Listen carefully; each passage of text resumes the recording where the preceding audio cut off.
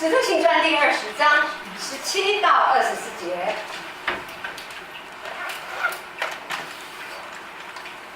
使徒行传第20章17到24节。好，我们翻到了，我们用齐声的方式，一起来诵读2次。17节，请大家一起来。保罗从米利都打发人往以弗所去，请教会的长老来。他们来了，保罗就说：你们知道，自从我到亚细亚的日子以来，在你们中间始终为人如何，服侍主，凡事谦卑，眼中流泪，又因犹太人的谋害，经历试炼。你们也知道，凡与你们有益的，我没有一样避讳不说的，或在众人面前，或在个人家里，我都教导你们，又对犹太人和希利尼人证明当向神悔改，信靠我主耶稣基督。现在我往耶路撒冷去，心甚迫切，不知道在那里要遇见什么事，但知道圣灵在各城里向我指证，说有捆锁与患难等待我，我却不以性命为念，也不看为宝贵，只要行完我的路程，成就我从主耶稣所领受的职事，证明神恩惠的福音。好，再从17节一起来。保罗从米利都打发人往以弗所去，请教会的长老来。他们来了，保罗就说：你们知道，自从我到亚细亚的日子以来，在你们中间始终为人如何，凡事服侍主，凡事谦卑，眼中流泪，又因犹太人的谋害，经历试炼。你们也知道，凡与你们有益的，我没有一样避讳不说的，或在众人面前，或在个人家里，我都教导你们，又对犹太人和希利尼人证明当向神悔改，信靠我主耶稣基督。现在我往耶路撒冷去，心甚迫切，不知道在那里要遇见什么事，但知道圣灵在各城里向我指证说，有捆锁与患难等待我，我却不以性命为念，也不看为宝贵，只要行完我的路程，成就我从主耶稣所领受的职事，证明神恩惠的福音。好，就到这里。我们上礼拜说，从上礼拜到现在，我们开始已经进入保罗在使徒宣教的最后的阶段了，快蒙主恩召最后的阶段了。那从17节开始，我们上礼拜讲到，保罗使一个少年人，因为保罗要离开，因此他彻夜祷告。有一个少年人刚好坐在窗户旁边，从3楼跳下去。那一个孩子叫做什么名字？这礼拜小组不知道搞了什么东西。好，柚子，给我们的柚子拍拍手。就是这个油推骨，在保罗彻夜讲道，然后不小心从3楼掉到1楼去，神亲自的医治了这一个孩子之后，保罗就在那时候离开了以弗所。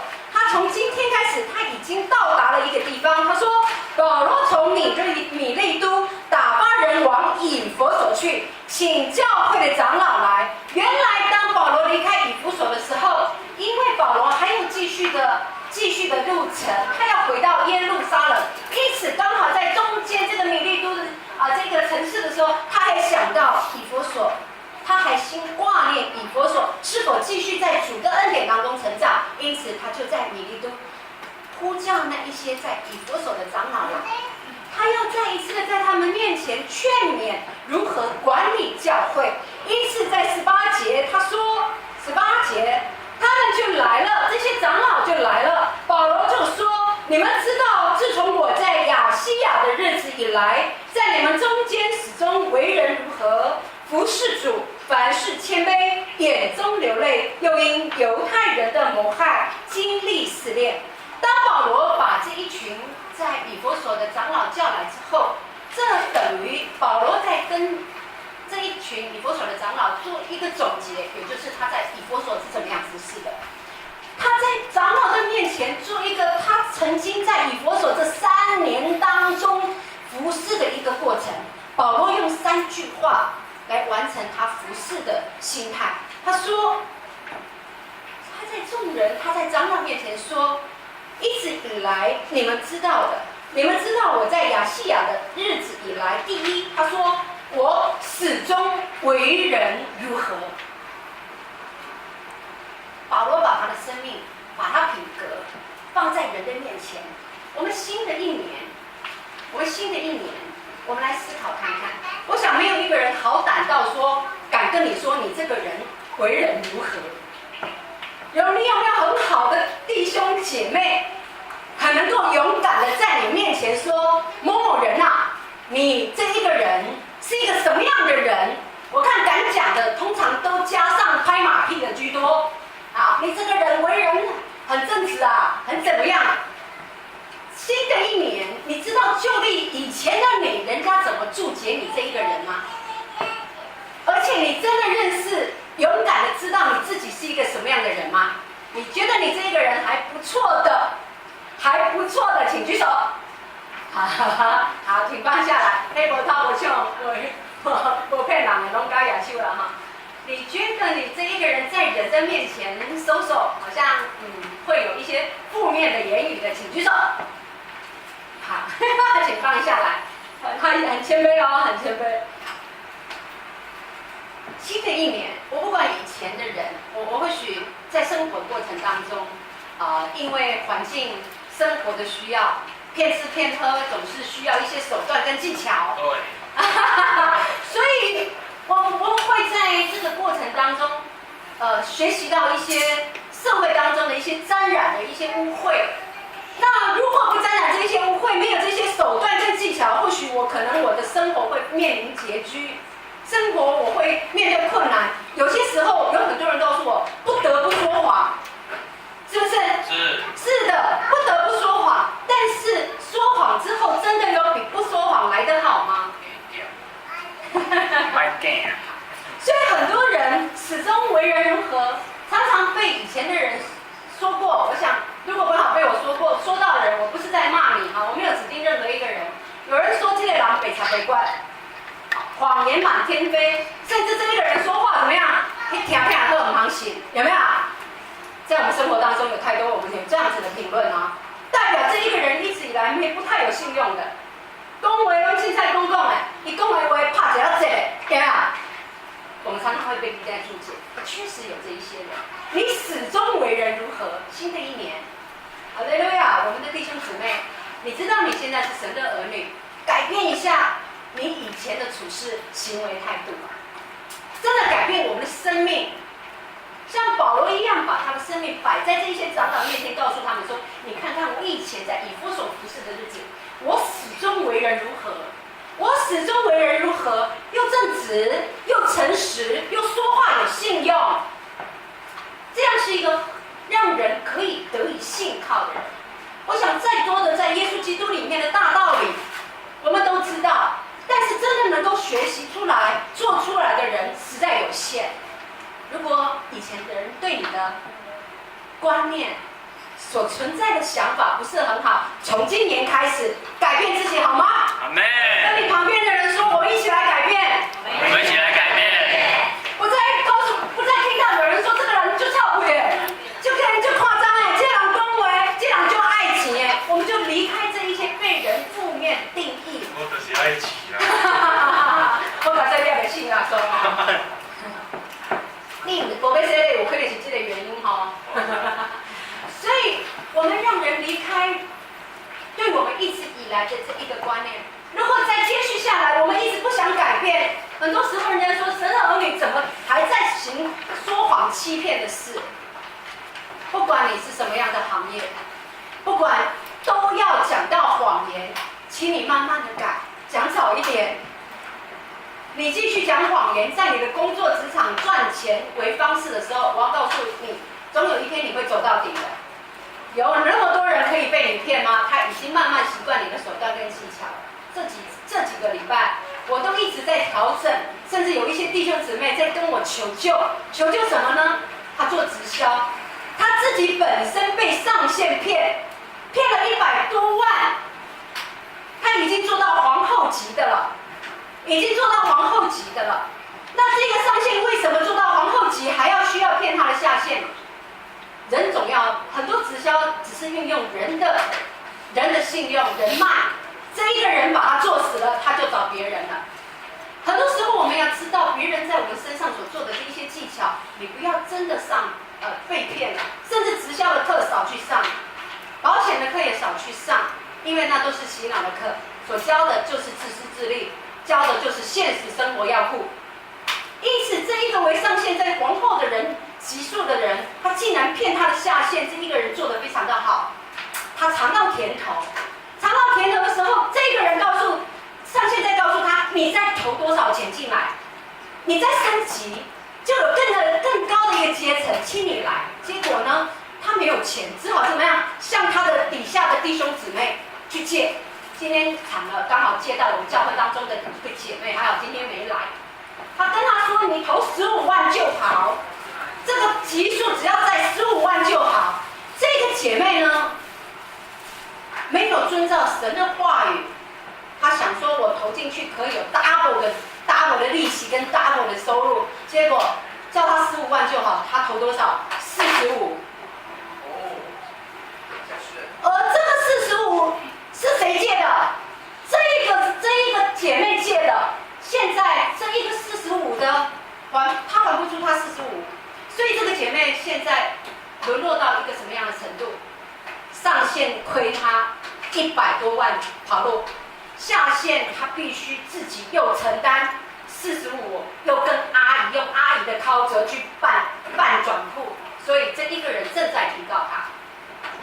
亲爱的弟兄姊妹，我一直在跟我的门徒说，致死自己的私欲，致死自己的肉体。如果你会被骗，请想想你的出发点是什么？一个都贪。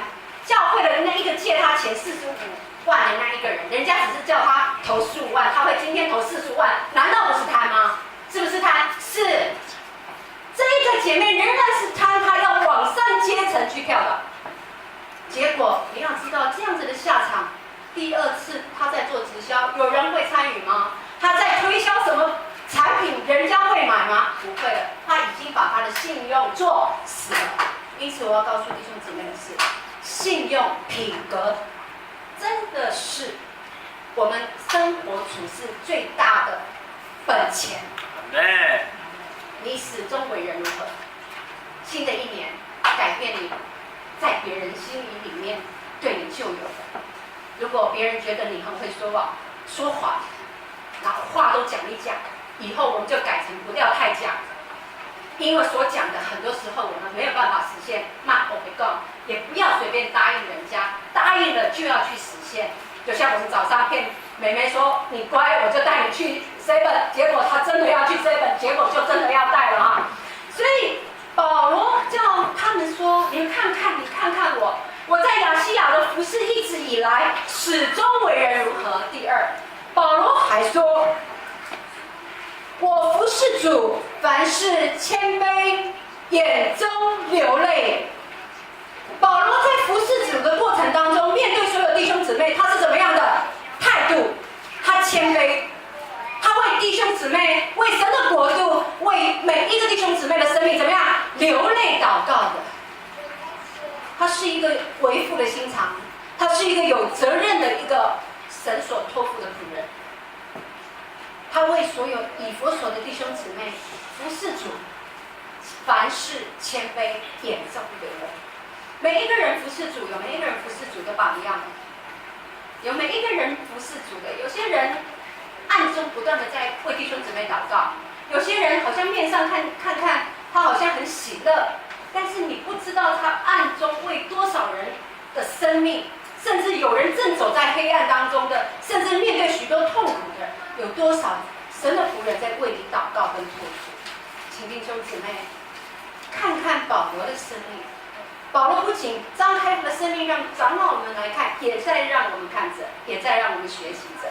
接下来第三，保罗说，在亚细亚的服事的日子里面，也就在以弗所的服事里面，犹太人怎么样谋害他，多少次的谋害他，让他经历试炼。这就是保罗在亚细亚服服侍的日子所过的日子了，也所面对的所有的遭遇。所以从这一段保罗自己说的话里面，你可以看见保罗是一个有品格的人，他是真的一个有品格，并且他是一个言行一致的人，甚至他心里面没有诡诈，也不贪图人家的金钱和财物的啊，所以他才能够在神的面前这样子的忠诚。这样忠诚，甚至保罗在这群长老当中，他讲话的时候会这么样的坦然，表示他心里面是怎么样无愧的。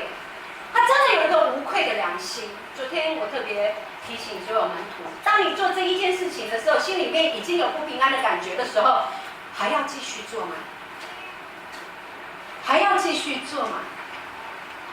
最有智慧的人，记得当一个见风转舵的人。不是见人的风，不是见环境的风，而是见神的风。当神推着我们要我们怎么走的时候，照着神的话、神的风推着走。若我们抵挡神，逆水行舟是难的，逆水行舟是难的。因此，保罗之所以能够在亚细亚面对犹太人这么多的经历，这么多的患难，这么多的痛苦，他仍然能够得胜。你知道保罗的秘诀在哪里？你知道保罗的秘诀在哪里？保罗面对多少人的逼迫，被石头打，被鞭打，被陷害，被下到监狱里面，神一次一次把他拯救出来，甚至保罗为人祷告，医病赶鬼，甚至神上个礼拜才使一个有腿骨死而复活。保罗之所以能够这样在各样的环境当中得胜的秘诀是什么？你想知道吗？你想知道吗？圣经里面最有智慧的一卷书叫做什么书？箴言。你们真的是有智慧，虽然不知道箴言里面哪一节哪一章，总是知道智慧要看箴言哈。那我们就一起来看箴言，箴言书3章5到6节。你要仰赖耶和华，不可以靠自己的聪明，在你一切所行的事上都要认定他，他必指引你的路。保罗之所以凡事得胜的秘诀，不是依靠他的背景，他有罗马人的名籍，甚至保罗的背景，他的智慧，他的学问，他没有依靠这些东西来完成。当他有一天为神所用的时候，他说他依靠什么？依靠什么？专心仰赖耶和华，不依靠自己的聪明。新年的第一天，你想凡事得胜，请你把这一卷经文的这一节经文，真的放在你的心板上。你要专心的仰赖耶和华。谁能知道你下一刻？保罗哪知道下一刻又遇到什么样的患难，谁又害他？但是他就是紧紧的、专心的去仰赖他。当他面对这样的困难的时候，他知道有神与他同在，稳住、定住。我们会遇见很多生活当中会遇见很多的意外，不是慌张，而是定住。你要知道有耶和华在你的生命当中，在你的生活当中，你当仰赖依赖什么？耶和华。不要像人依靠人。我常常说，你旁边的那一个人靠不住。你旁边的那一个人，甚至我说这个上线呢，在他开始做的时候，殷勤的不得了，陪他看客户，陪他探访，陪他比牧师做的还多，陪他孩子的成长，然后他有用意耶。依靠人，看看你旁边的人，那个人如果没有耶稣，真的靠不住，真的靠不住。大难临头，你不飞，我先飞了，对不对？在我们生命当中，如果没有耶稣，我们真的不太像人呐。阿门。所以依靠人靠不住，保罗可以依靠谁？保罗可以依靠谁？在整个服事过程当中，有哪一个忠心陪伴他到底的？提摩太是他后来的属灵儿子，还不是一路走到底的。依靠钱财呢？有很多人，像这一个姐妹，她告诉我，钱财就是她的安全感。结果损失的真多啊，从荷包满满、账户满满，直到现在负债累累。一开始几年前为他祷告的时候，他寻求婚姻，他想把安全感建立在弟兄身上，结果神没有给。他有一点 argue， 一点跟神的一些抱怨。接下来他负债，我说我感谢主，还好没有让你有弟兄，不然你连婚姻都惨了。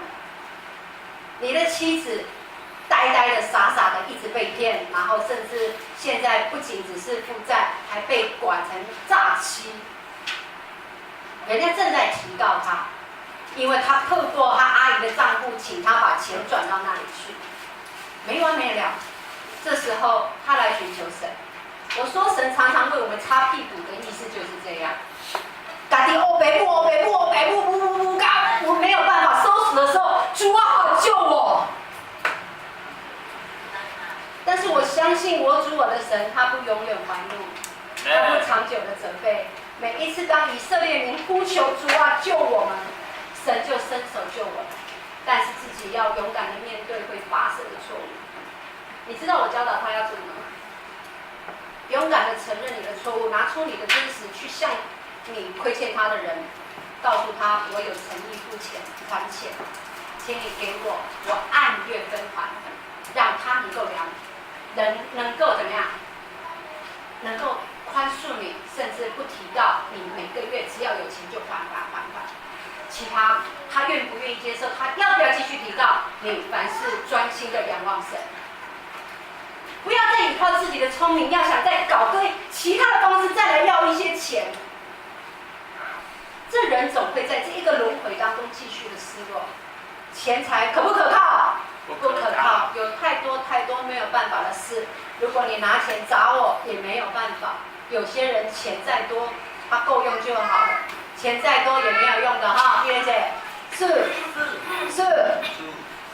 不要被钱买，成为钱奴。你的品格绝对不是钱可以靠的，可以来成为钱是你品格的价值的。再来，依靠自己呢？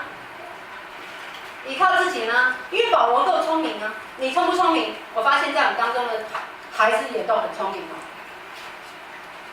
我相信每一个人在世上溜着的人，每一个人都很聪明，都有他们自己的一个生存法则。但是当你依靠自己的聪明的时候，你知道就会怎么样？骄傲，你知道吗？骄傲之后就会怎么样？自大了起来。我要告诉你，你的敌人不是你旁边人，不是世人。骄傲的人谁抵挡你？神。当你依靠自己的时候，你把自己当神的时候，你的敌人不是旁边的人。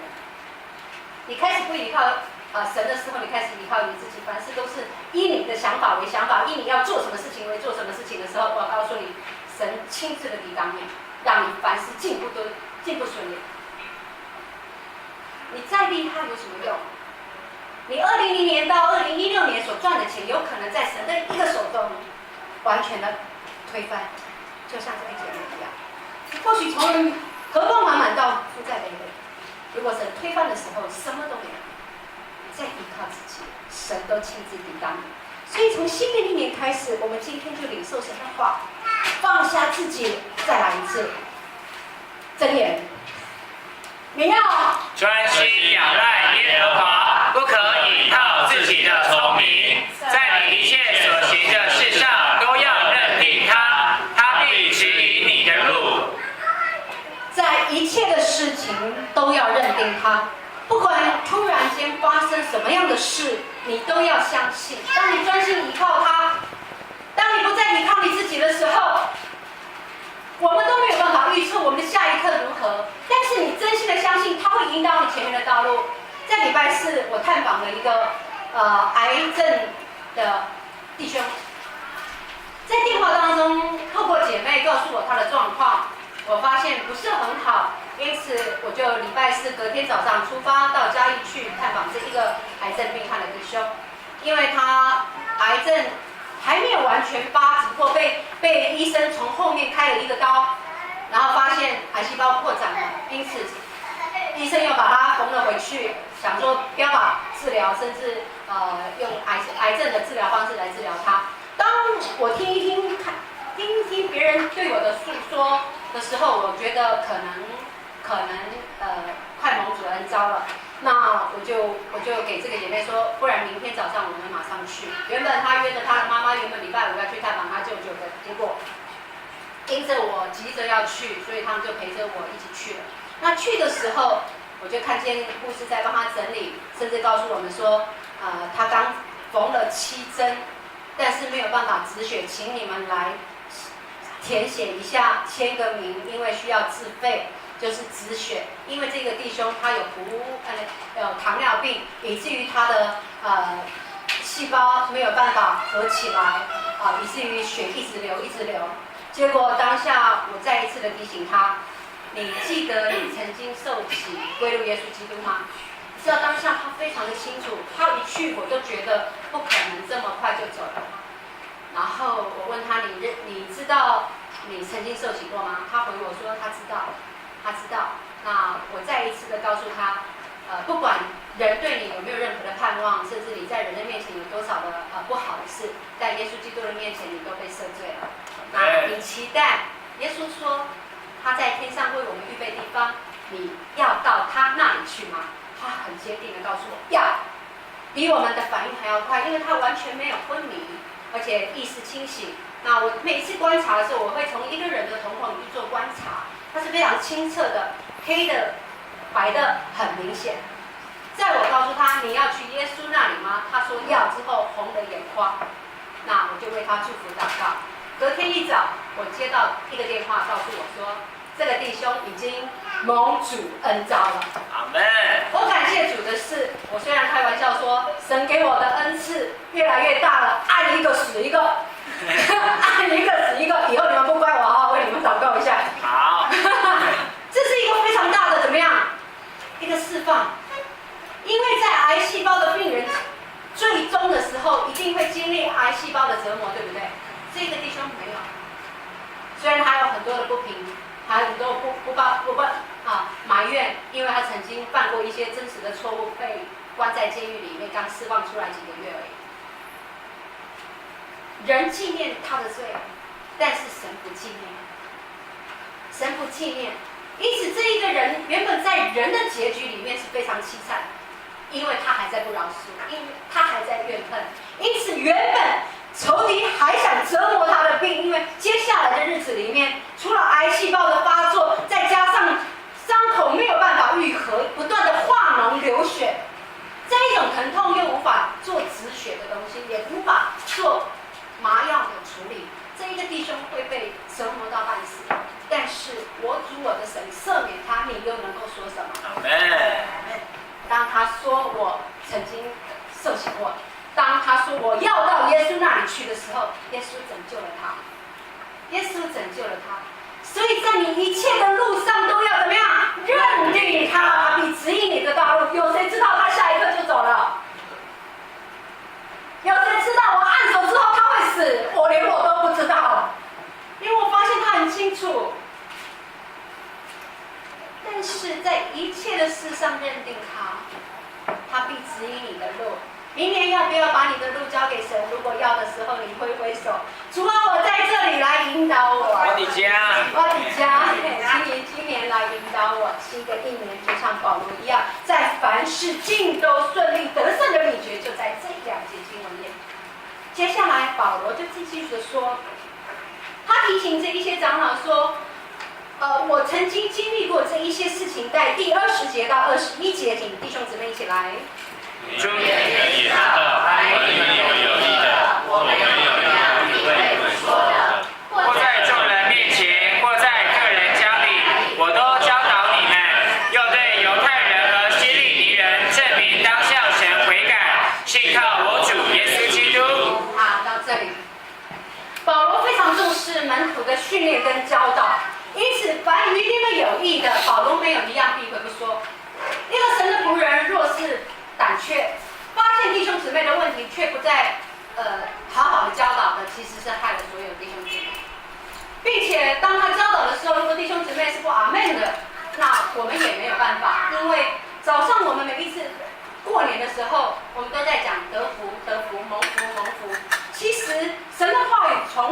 以前到现在没有改变过，每一个祝福都是明着告诉我们的祝福，但是其实他没有隐藏任何一点好处不给他的儿女啊。福不是没有到，他的话语就一定立定在那里的。什么时候你要得福，什么时候你愿意遵守他的话，你就得福了。所以不是寻求神有没有祝福你，而是你什么时候要这个祝福，而是你什么样的时候要得到这个祝福，就开始走神的话语的道路，对吗？阿们。你要得福吗？阿们。不在于神，而在于你。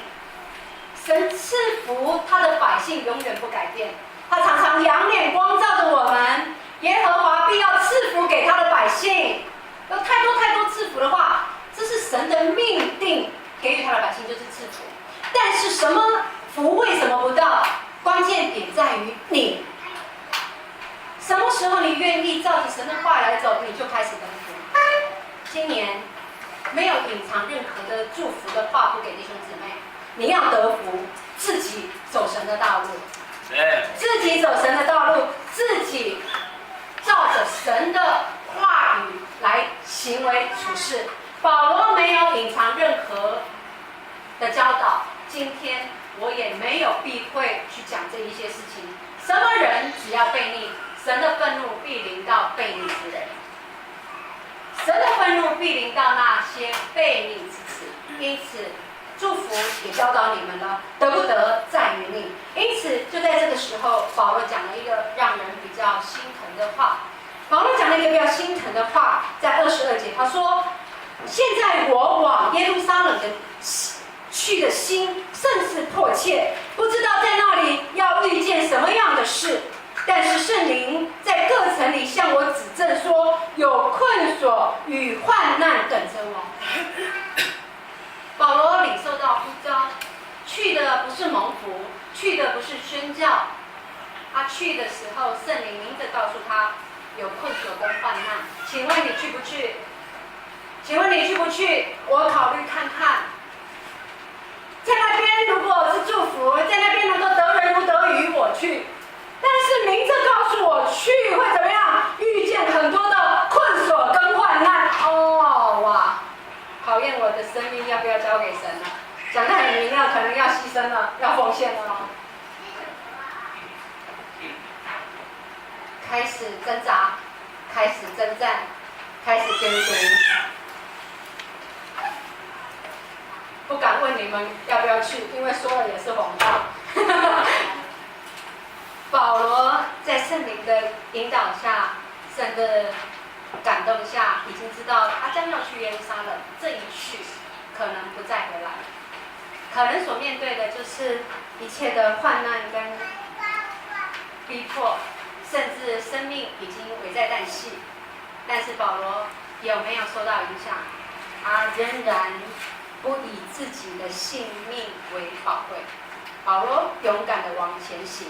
在他的生命当中，是有一件事情，这一生要完成神对他的托付。神真的托付对了，神真的托付对了。前几个礼拜一直在跟弟兄姊妹说，你是可以让人托付的吗？没有一个人是人能够决定的，但是神的选择，保罗不断的面对许多的试炼考验，他真的完成神对他的托付。他定义完成使徒的呼召。